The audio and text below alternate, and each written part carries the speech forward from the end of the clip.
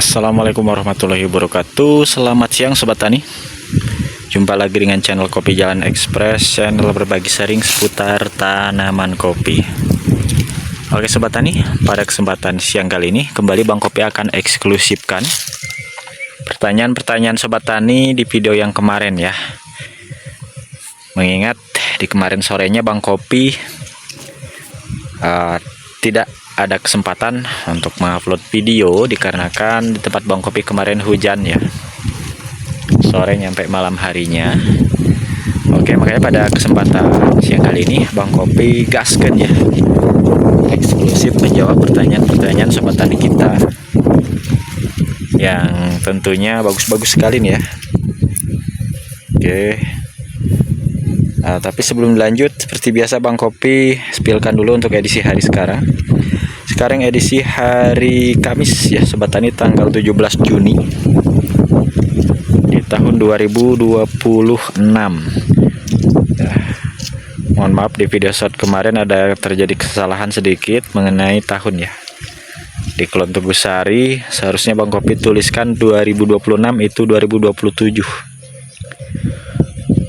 Oke, sebelum lanjut, budidayakan untuk menonton video hingga selesai ya Sobat Tani, supaya tidak terjadi gagal paham.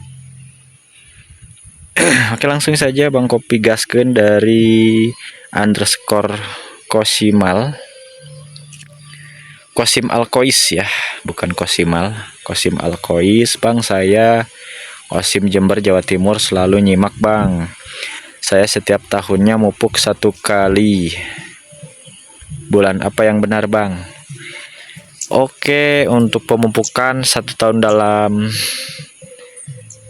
maksudnya sekali dalam 1 tahun itu mohon maaf ya, serba tanggung ya. Kalau kita dukungkan di fase pembungaan, contoh ya, 1 kali pemupukan kita berikan pada fase mengeluarkan tangkai seperti ini. Ini kan perlu dukungan ya, perlu dukungan unsur hara seperti fosfor dan boron kita berikan. Tapi ketika nanti di fase motoyuyu tidak kita dukung, alhasil motoyuyunya nanti bisa terjadi rontok atau banyak terserang hama dan penyakit. Dan di bahan lanjutan untuk tahun berikutnya pendek ya. Kalau kita kasihkan di fase motoyuyu, tidak dikasih di fase degan, kembalinya akan terjadi kerontokan yang berlebih, terlebih pada saat cuaca turun hujan yang cukup intens itu ya Sobat Tani. Jadi serba kekurangan. Oke lah, kita berikan. Mungkin kendala di modal ya untuk Bapak Kosim. Ketika kalau ada cuaca panas untuk pembungaan, oke lah, mungkin terbantu ya fase penyerbukan, terbantukan dengan cuaca. Bagi yang 1 kali pemupukan dalam 1 tahun, gunakanlah di fase degan aja ya. Fase degan memperkuat terjadinya kerontokan ya, mempertahankan buah supaya tidak banyak terserang hama dan penyakit seperti itu. Karena Bang Kopi sering-seringkan, sejatinya tanaman kopi kita ada 4 fase ya yang harus kita dukung. Makanya untuk negara maju seperti negara Brazil, penghasil terbesar kopi dunia, menggunakan 4 kali dalam 1 tahun, yaitu fase mengeluarkan tangkai lebih banyak atau di generatif awal berbarengan dengan fase penuaan. Setelah itu fase pembungaan raya di bulan 7. Setelah itu kita dukung lagi di bulan 10 fase motoyuyu. Setelah itu kita dukung lagi di fase degan. Fase degan kita naikkan dosis supaya buah bertahan lebat dan untuk bahan bagus. Tujuan dinaikkan dosis. Dan setelah di bulan 1 kembali ke bulan 4 kembali. Itulah per tahun 4 kali fase yang dibutuhkan oleh tanaman kopi kita. Makanya harus kita dukung 4 kali pemupukan dalam 1 tahun jika ingin pembuahannya lebat, untuk bahan tahun berikutnya bagus. Seperti itu sobat tani. Oke, langsung ke underscore Mbak Sinta Dewi.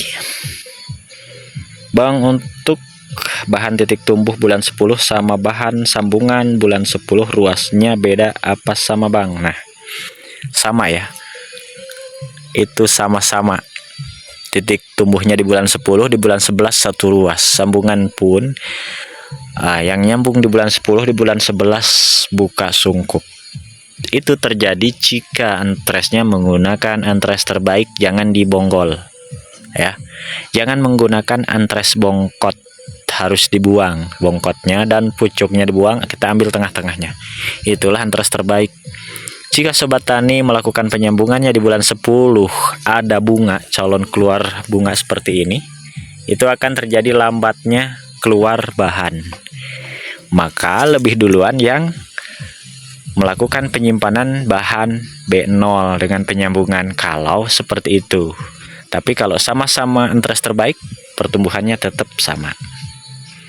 Itu ya untuk Mbak Sinta Dewi, mudah-mudahan lagi menyimak. Oke, lanjut ke underscore Tino Fernanda. Ini bertanya, Bang, bolehkah ngasih dolomit ke tanaman kopi setahun sekali? Nah, kembali untuk dolomit, Bang Kopi sudah sharingkan di video yang kemarin. Tergantung di pH tanah. Kalau pH tanahnya udah bagus, contoh kita kasih kemarin di bulan 12 nih, punya Bang Kopi kebun yang lama. Nah, ketika sampai sejauh ini masih stabil, kita biarkan, kita berikan aja pupuk, jangan diberikan kapur dolomit. Bang Kopi nanti setelah 1 tahun nanti kembali ke bulan 12 di tahun 2027 akan Bang Kopi lakukan pengecekan kembali. Kalau masih stabil, Bang Kopi nggak akan tabur kapur dolomit ya. Kenapa kok bisa awet stabilnya? Karena untuk mikroorganisme yang berada di dalam tanah itu udah aktif, itu ya sobat tani. Makanya nggak jadi patokan 1 tahun sekali, 1 tahun 2 kali, tergantung dari mikroorganisme di dalam tanah. Kalau sudah stabil, maka untuk pemberian kapur dolomit nggak perlu dikasih lagi.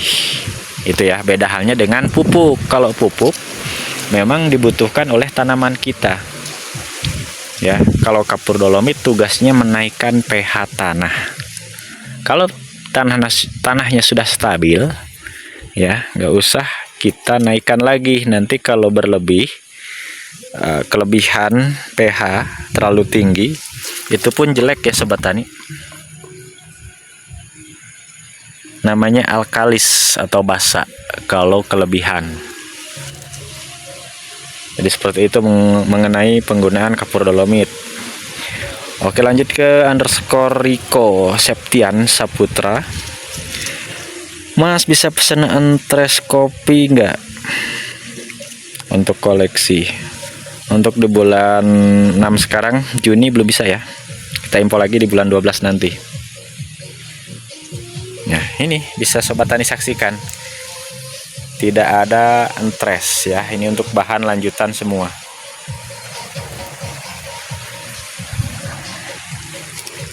Hadapan kita ini ada klon Jarwo ya sobat tani, dan Bang Kopi sudah ada dobelannya atau penyetabilnya di bawah. Tuh. Ya. Sering Bang Kopi berpesan, ayo kita buatkan penyetabil buah. Ketika buahnya lebat di tahun sekarang seperti ini,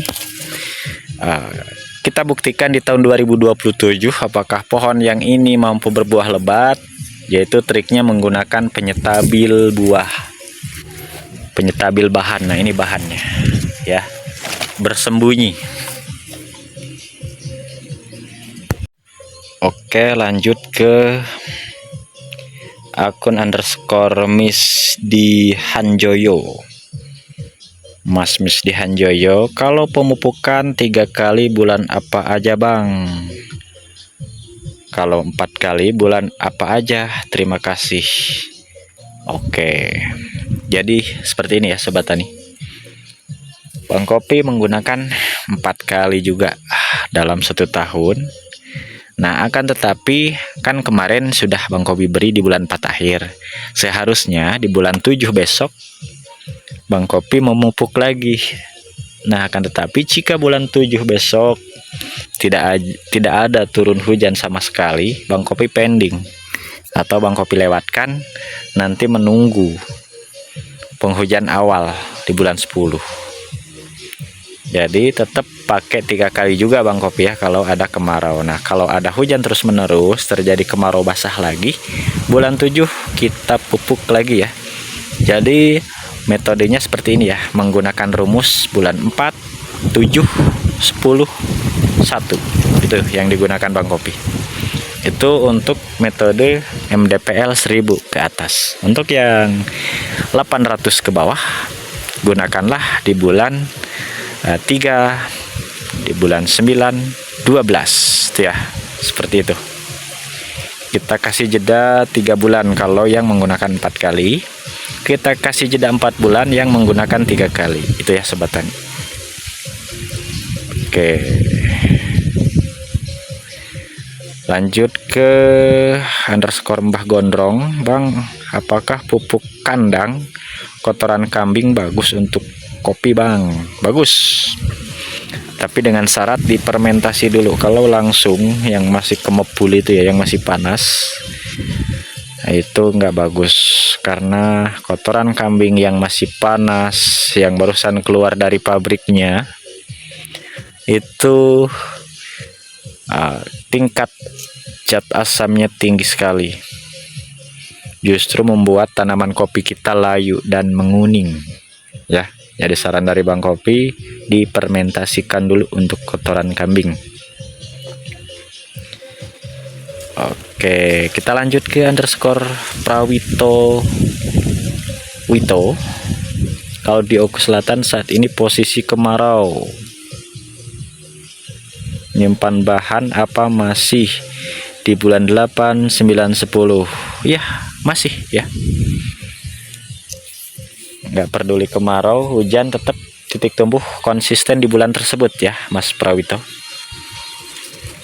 Nah, jadi antara bulan 8, 9, 10, 11, 12 hingga di bulan 3 itu tetap itu kan titik tumbuh yang A, tetap bagus. Tinggal beda karakter. Ada yang karakternya over bahannya, ada yang karakternya menengah, ada yang karakternya kalah B1 menang di B2. Itu aja ya Sobat Tani. Untuk titik tumbuh tetap pakai golongan yang A. Mudah-mudahan Mas Prawito lagi menyimak ya. Lanjut kita ke underscore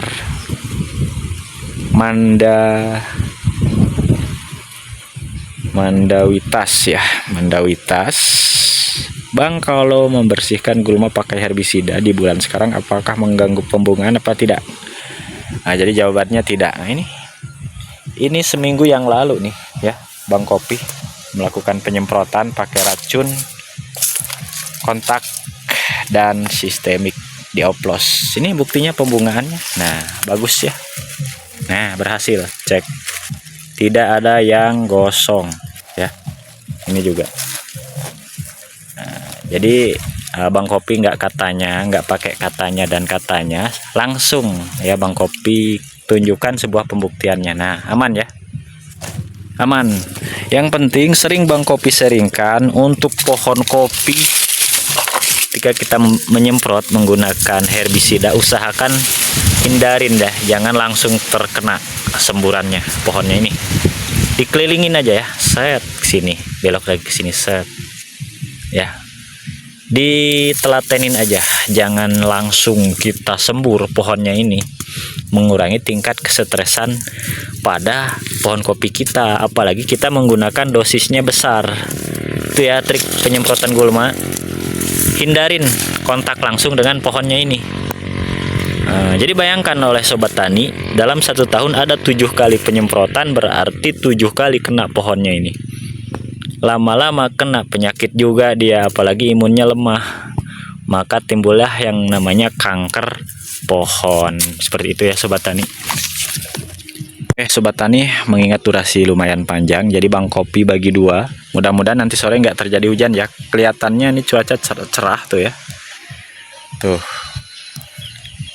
Jadi Bang Kopi bagi dua untuk video karena sudah terlalu panjang. Untuk Sobat Tani yang belum terjawab eksklusif, Bang Kopi lanjut di part kedua nanti sore ya Sobat Tani. Oke, sekiranya untuk konten video sharing siang kali ini Bang Kopi akhirin dulu sampai di sini.